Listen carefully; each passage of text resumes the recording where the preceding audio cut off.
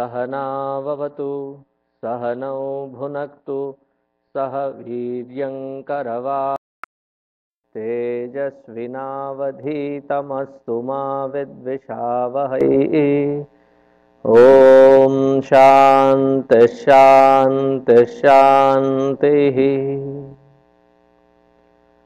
गुरुर्ब्रह्मा गुरुर्विष्णुः गुरुर्देवो महेश्वरः गुरुरेव परं ब्रह्म तस्मै श्री गुरवे नमः। तस्मै श्री गुरवे नमः।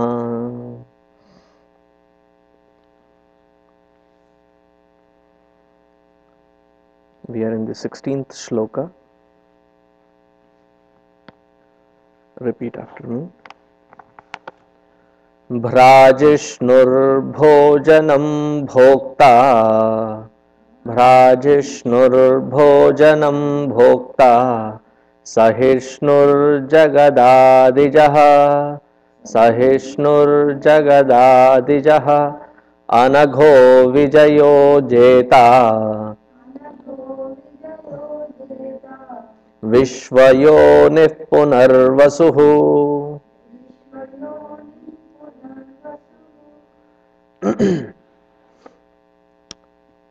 So these pointers which point directly various aspects, various angles of understanding that Paramatma.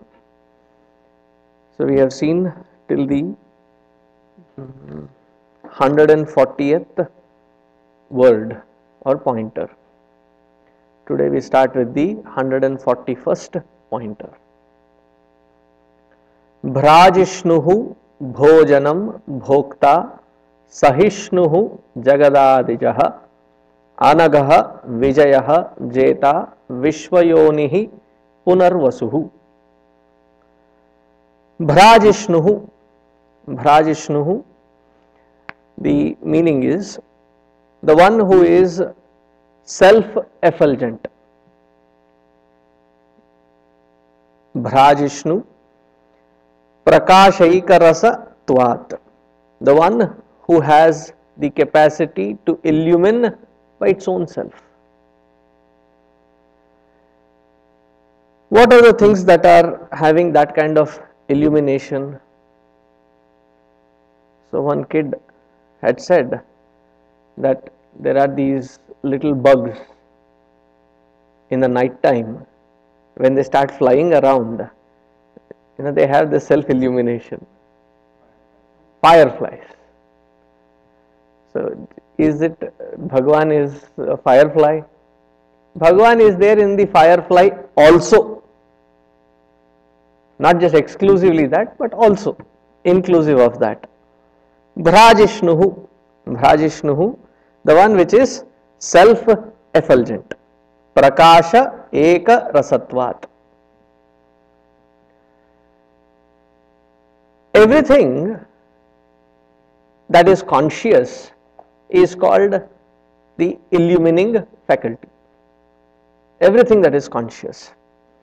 How much of that conscious principle can be allowed or is allowed to express outside? Because there are various beings, creatures. Not all of them are as qualified as the human form. Whether we use the human form in the right way or not is not the discussion. The discussion is, why is this human birth such a glorious one? For that consciousness to reflect outside, to illumine outside, maximum number of faculties are available. We have 5 organs of perception, 5 organs of action, the mind and the intellect and the memory. All these things are illumined. Through them we illumine the outside world. Now, with respect to the animals, not all animals have all the faculties of hands, legs. There are some animals which do not have ears. The snakes don't have ears. So I wonder Why do the Indian snake charmers play the bean? Bean is the musical instrument with which they play for the snakes. So it is only later that I understood that the music is for our entertainment, and the snake actually is not following the sound, but it is following the movement of that bean, of that instrument. Accordingly, it starts moving. It doesn't have the hearing faculty. Its skin is so sensitive that it can sense the sound movements and can feel it through the skin. But it doesn't have ears. It does not have hands and legs. So that consciousness cannot illumine through all these. And the only species which has that consciousness illumining forth. And that consciousness is not something which is created. In Puja Guruji's, he has written beautiful Sadhana Sopan, a beautiful composition, in which one segment is called Dhyana Sopan. He talks about what is Dhyana. He says that this consciousness is not something which is the result of an action, is not something which is a result of feeling, it is not a result of a japa or a process. Because if it were a result of any action, we should have already attained it by hook or crook. By mistake, at least we should have reached it. But we have been performing these actions so long, so far, that it has not resulted in that realization. So it is not something that can be created, something that can be changed, something that can be morphed into. But it is that which is constantly illumining, and it does not require any other illumining agency. And that is what we chant every day. We do the arati. O Lord, you are self-effulgent. You do not require this little arati to illumine you. Natatra suryo bhati na chandra tarakam nema vidyuto bhanti kutoyam agnihi. Kutaha ayam agnihi. This small little agni that we have in front of you, it cannot illumine you. But it is so that our eyes are illumined to see you. It is that. Tameva bhantam anubhati sarvam. With your effulgence, everything in this world is glowing. Everything is illumining. In its own respect, in its own perspective, in its own limitation, it is still glowing in that shape and form. So that which is glowing, that which is self-effulgent, that which does not require any other assistance to understand or know. Therefore, we don't require a mind and an intellect to understand Paramatma. When we become mindless, when we become intellectless, that is when Paramatma is understood. It does not depend on the intelligence of the buddhi. It does not depend upon the sharpness of the mind. It does not depend upon the vast ability to not just remember but also retrieve it at the right time. Because these are the things that we get carried away in thinking that this person must be realized. But this has got nothing to do with realization. Because realization is beyond, and it is self-effulgent, self-illumining. Bhrajishnuhu.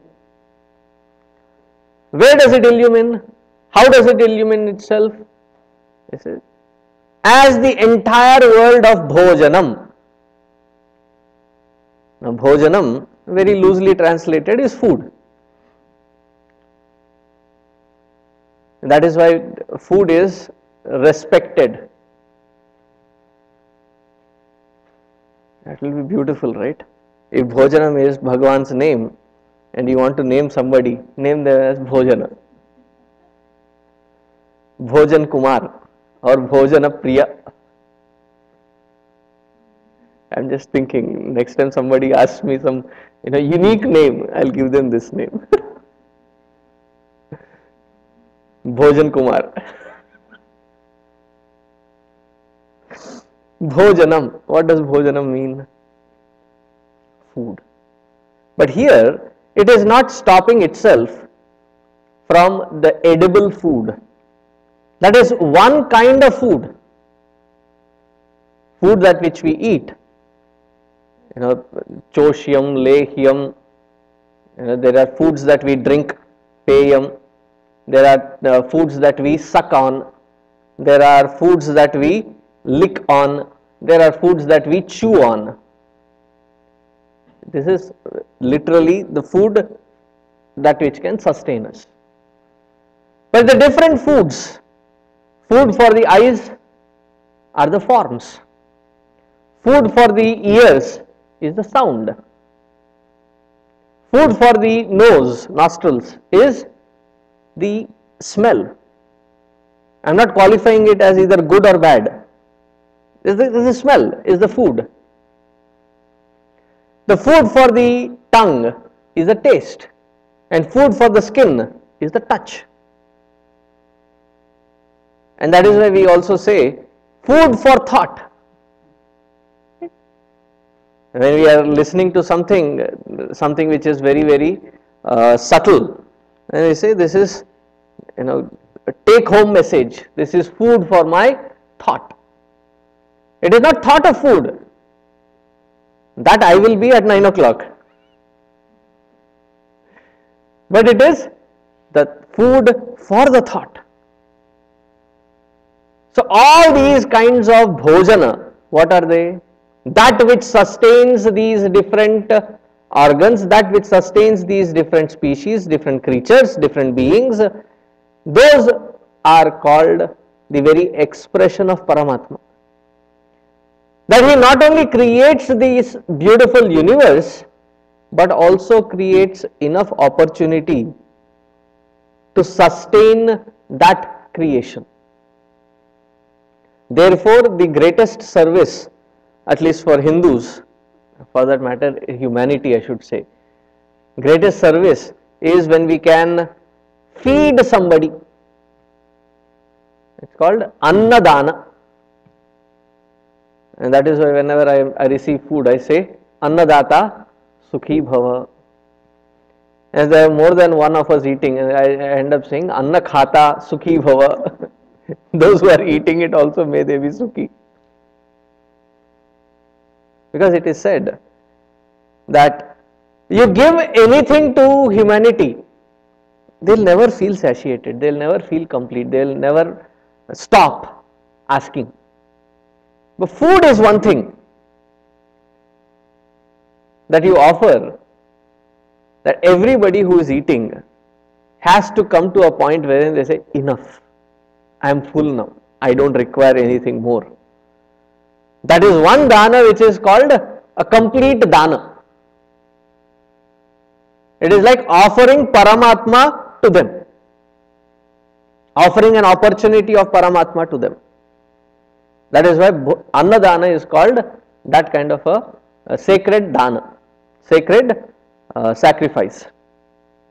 When we sacrifice, it is not that we are sacrificing the Anna, we are sacrificing that which we could afford for somebody else, for giving that Paramatma in that form to sustain them.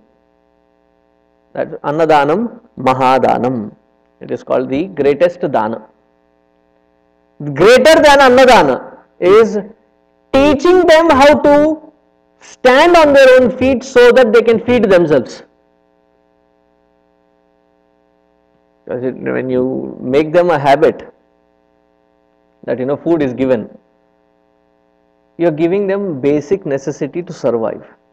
But if you teach them how to earn it, how to make a living so that that food is procured by them, you are giving them a means to attain to that Paramatma in the form of bhojana. Therefore, we whenever sit for eating food, we chant the mantras or shlokas.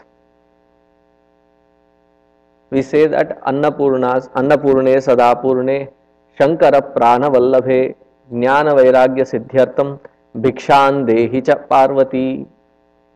O Mother Parvati, in the form of Annapurna, because Shiva's wife, she is the Annapurna Devi. Annapurna Devi, she is the mother who feeds every form and being. She is like typical mother, or all mothers are like her. That when she is in the most docile form, she is the one who feeds everybody. If you mess with her, then she becomes Durga Bhadrakali. Don't the mothers become that way? Mahakali, Mahadurga, and she takes that Prachanda form. So we are not invoking Mother Parvati in that form. We are invoking her as Annapurna, the one who satiates Purnatva through Anna. Even Bhagavan Shiva found his Purnatva when Mother in the form of Annapurna Devi in Kashi gave alms to Bhagavan Shiva. There is a story that Brahma ji was born with 5 processors, 5 heads. But because he lies to Shiva, with his little pinky, he knocks his 5th head, which is on the top. And Brahma ji, the one head removed, is called Brahma Hatya Dosha. So that dosha, it said that his kapala, his begging bowl, whenever it will fill itself, that is when that dosha is removed. This Brahma Kapala fell near Badrinath, the river Alakananda behind Badrinath, and that's what the river flows. There it had fallen, and there those who do the Shraddha, it is considered as very sacred. 14 years after you have done the Shraddha of the loved ones, if you do the 15th year there, then it is said to be the most auspicious one. After that, even if you forget offering, you don't need to worry about it. It has that kind of Sreshtatva. So Bhagavan Shiva went all the 14 worlds, his begging bowl never filled. Then finally he came down to Kashi, and in Kashi, Mother Annapurna Devi drops few grains into that begging bowl, and the bowl fills. That is why in the Annapurna Devi temple in Kashi, which is next to the Vishwanath temple, very close to the Vishwanath temple, there the prasad, what you get from that temple, is not some kind of laddu or some sweet or something, but you get uncooked rice as prasad. It is said you should never step out of that temple without taking that rice as prasad. And those who bring that rice and keep them in the altar, they will be blessed with, their generations after them will be blessed with enough to survive on, at least. It's not just to say that enough to survive, I can do it right now. It is to guarantee that at least there is enough to survive on. There will never be a situation wherein the family will not have food for survival. So Bhagavan is the one who expresses himself, not just create and leave, but also provide the food for survival. Now if we even understand this one point, that if he has created us and he has put us into this world, wherein not only that he has created us but also provided food for us, that which we deserve alone comes to us. He has already provided for us. Many times we have the prarabdha to earn, but we do not have the prarabdha to enjoy what we earn. Why? Because you cannot eat sweets, because your inside is a sugar factory. You cannot eat spice because it kicks in acidity. You cannot eat salt because you have blood pressure. What is left? Survive on raw vegetables. Survive on those pills to maintain it in balance.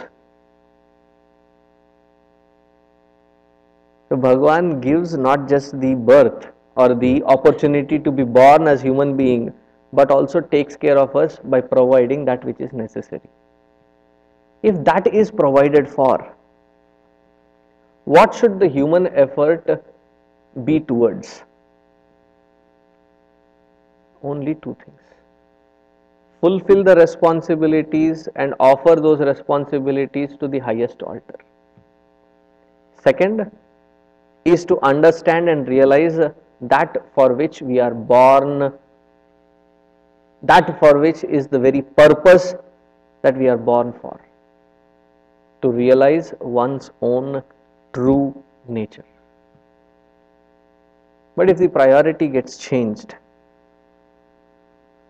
and this I am not telling those people who are striving hard to make a survival. This I am telling in a gathering wherein I know for sure that your survival is not at stake. Don't we have enough? Of course, I am not defining what is enough. But in whatever parameters that you can think of, do we have enough? Do we have 3 times meals? Okay, 4 times meals. I am just trying to calculate what is the 4th one. Oh, snack. Okay.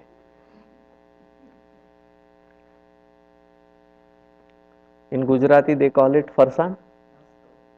Nashto. The word nashta comes from Sanskrit. Did you know that? Ashata means to eat.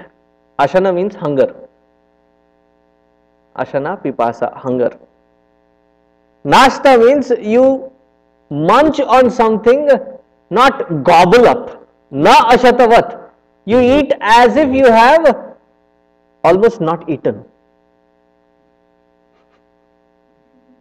Just making it as a reference because you mentioned it. That is what it actually means.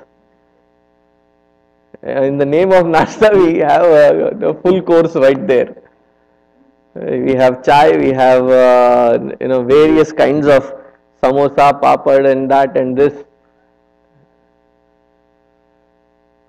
Na ashatavat. So 4 times meals we have. We have enough. And he has already provided for.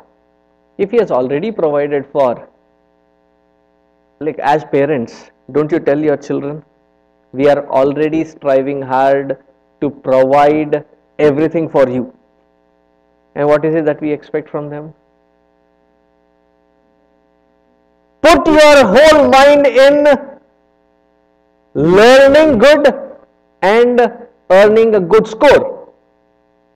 You don't have to worry and bother about anything else.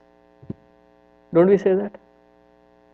Similarly, Paramatma in the form of Bhojana, he is saying, I am already providing for everything to you. All that you have to work on is to focus that mind onto that Paramatma and realize it. Realize it as one's own core of being. Bhrajishnur bhojanam bhokta.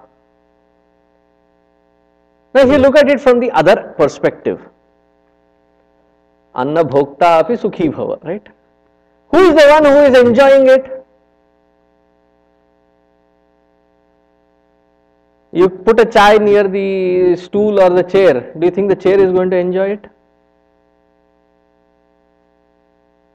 You put nice, beautiful, decorated food platter onto the table. Do you think the table is going to enjoy it?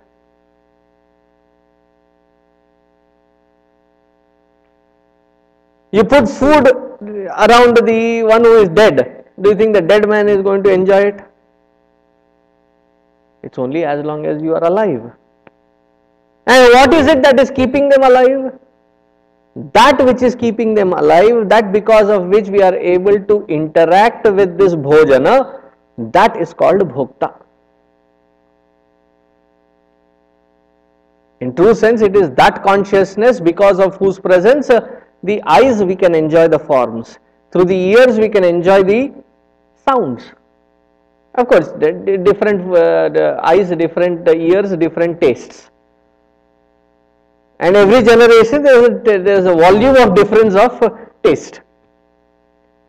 What we consider as noise, the children consider it as music.